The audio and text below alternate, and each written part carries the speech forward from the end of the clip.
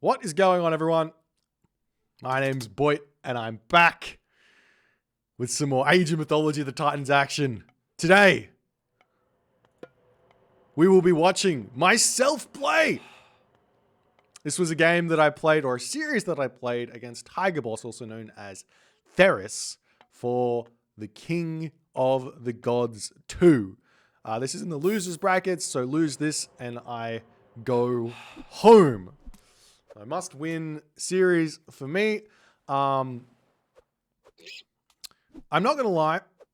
I've been having an absolute nightmare. Prior to this game, I'd been having a really bad time dealing with Atlantean. It seemed like the Atlantean players have leveled up to some degree, and I just have not kept up with the meta or with whatever I'm supposed to be doing. So I decided, you know what? I'm going to go in with Ra and try and play a little bit more on the standard side of things and try and find some wins with Ra rather than going with Set. Now, I have since actually improved my Egyptian, specifically my Set versus Atlantean to some degree, and I think if I were to have done this over again, I would be playing Set, but alas, that's how things go. You have to play the games, you have to learn, you have to get better,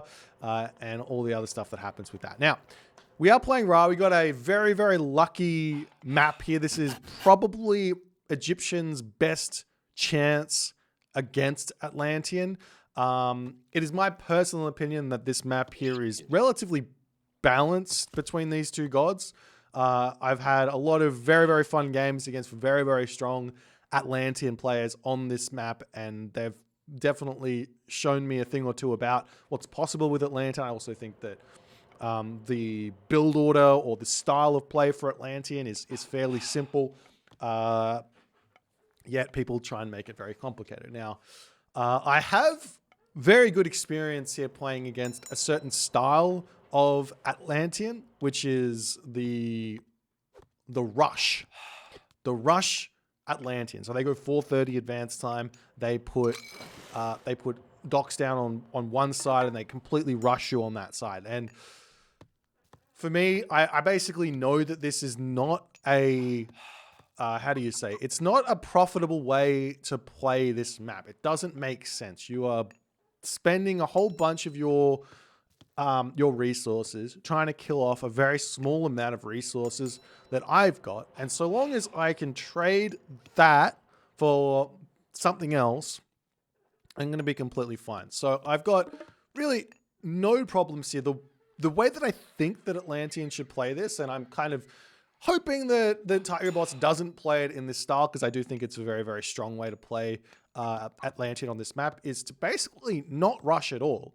You go for a 4:30 advance time, you get all your fishing ships out, you utilize your Oracle heroes to protect the citizens building the docks, or prevent your opponent from putting docks over on that side as well, as a great option to go for.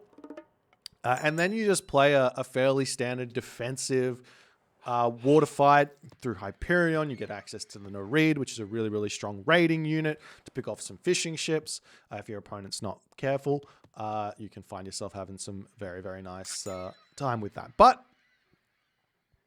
we'll have to wait and see what he's going to do. So my plans here is basically, let me get all the docks up. Let me see how I go, and we'll take it from there. Now, it's very important here for me to go through Tar. I see Ra players go through Bast on this map for some reason. Tar is so obscenely good. There's multiple different ideas with Tar. So basically, Shifting Sands is an incredibly strong god power on this map. So what you want to do is, you see I misclicked Tar there because I'm so used to playing Set. So the idea here is you've got two uses of Shifting Sands. One is to prevent the dock from going up in the top left corner of the map. So I don't have to send a villager up there to check that out, because I'm playing as Ra and not playing as a Set here. Normally I'd send the Hyena up there and it's completely fine. I do see him putting a dock down on this side, which does give me enough information here as I get my walls set up. Very, very happy here. I'm going to be able to get my dock up as well, maybe. And this is going to cause some problems for him. I do notice that he's already converting heroes and doing things on that side. So I'm like, you know what? I can just keep building fishing ships from the get-go here. I don't have to worry. Now, what I should be thinking here is, okay, I need to get a cabinet up to the top side of the map relatively fast. We do see him go for a 5:05 advance time here, which is very, very late on this map. Does make me a little bit concerned about what's to come, because 5:05 should mean he's got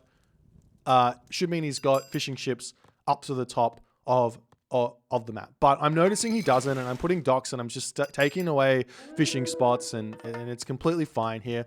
And he's going to start pressuring my docks, and I have to just go, okay, do I build any cabinets? As I can see, I've forgotten houses, because that's what we do in tournament games. We just forget houses because that's how we roll. But I see him just spamming ships, and I'm up on this top side of the map already, and he's not here. So I'm like, I don't need this bottom. You can have it. I don't care. I don't care. You have the bottom. I'm going to take all the fishing spots at the top. I've got more fish than you. I've got more economy than you. You're spending all these resources down the bottom of the map that I don't have to deal with, that they're effectively dead units after you pick off my fishing ships. As you can see, he's got himself only 6 there, so it's not a huge resource investment. And he's got all the other stuff over there. I don't really care. But yeah, I'm in position already. I got my Wadget there to prevent the citizen from getting any sorts of docks up. I got my cabinet out, so I'm all good. I've got more fish out than he has already. I've got more economy coming in, and I'm going to be able to go to the heroic age nice and fast here and have a really, really nice time. Now, the thing to be worried about to some degree is him going for a huge classical age push to some degree, and preventing me from getting out of my base. I've got a couple of options around this. One, I can go for a semi-fast mythic age to get my Son of Osiris out. I've got plenty of gold in my main base as long as I hold on to this. Gold here, or finish that gold at the front. That back gold's going to be really, really useful. You can see he's already sending a citizen for. That's a lot of walking time for him to get the docks down. So I'm happy with all of that. No worries. Armor is going to come up. I'm going to be able to advance.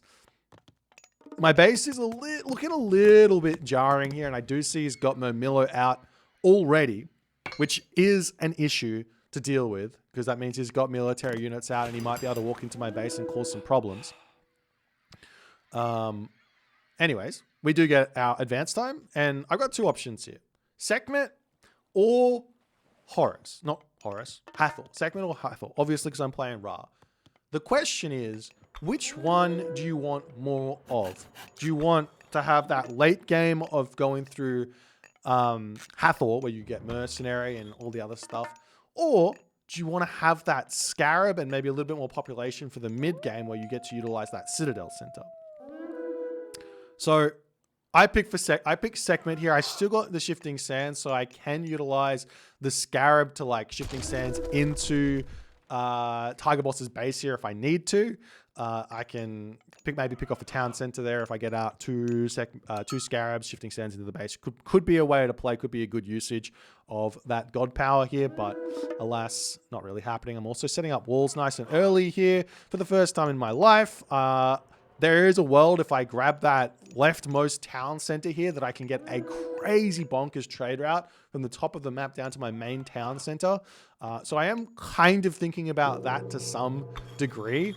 And now I need to decide, do I go for the Mythic Age or do I stay in the Heroic Age? Now, I know that his army is down the bottom side of the map, but I don't know where it is. So I'm taking a pretty big risk here trying to get my Migdol Stronghold up in the middle of the map. He's probably not expecting this, but if he's here, I might have to use Shifting Sands on his units to get the Migdol up. But I have the Shifting Sands, so it's not a huge risk. And this is a really, really big lose condition to some degree for Ra here. So if I just get this migdol up, I'm going to be safe here, and I know I'm going to be safe. And you can see my market coming up there at the top, so that's going to be really nice. I've just got to get a couple more walls up to ensure the trade route doesn't go in a silly direction to my main town center, and we're good to go. So I'm making myself Axeman here because I'm expecting to see Momillo. I've already seen a bunch of Momillo, so I'm expecting to see Momillo. He's on 2 town centers. I'm about to go to 2 town centers. I've also got Heroic Age, so I've got that Sultan Fora technology, so my food is really, really nice. The thing that I need to be looking for here is, where is the 3rd town center? I have made, this is a pretty silly mistake that I made in this game, where I moved forward with my units here. I do manage to get a couple of kills, but I don't need to go into his main base at the moment. I need to be finding his 3rd town center. I do know, as he clicks Chaos and misses both of my myth units there for some reason, I do know that the town center is down the bottom because there's nowhere else for it to be. But I don't know which town center he's grabbed. So if I can see that that's a 4 town center that he's grabbed, I could be targeting that down at the moment with my Scarab and having a good time. But I guess I'm just a little bit more concerned about setting up that trade route, getting the town center up, and feeling good about myself. If I grab the town center there and I put walls up, I'm gonna, yeah, that's gonna be a really, really, really, really good trade route for later in the game. And at the moment, he's in the Heroic Age, so one thing to be concerned about is I'm building Axeman to deal with his Momillo. He's not going to want to build Momillo anymore, and he does have access to Contarius. So I do need to be concerned about that. I need to be going, okay, do I stop building the Axeman here? Do I build Spearmen? Do I build Camelry? Not really 100% sure what I should be doing, but I do note that town center down the bottom has got a whole bunch of buildings on it. So I got to be careful not to allow that one to just go up for free.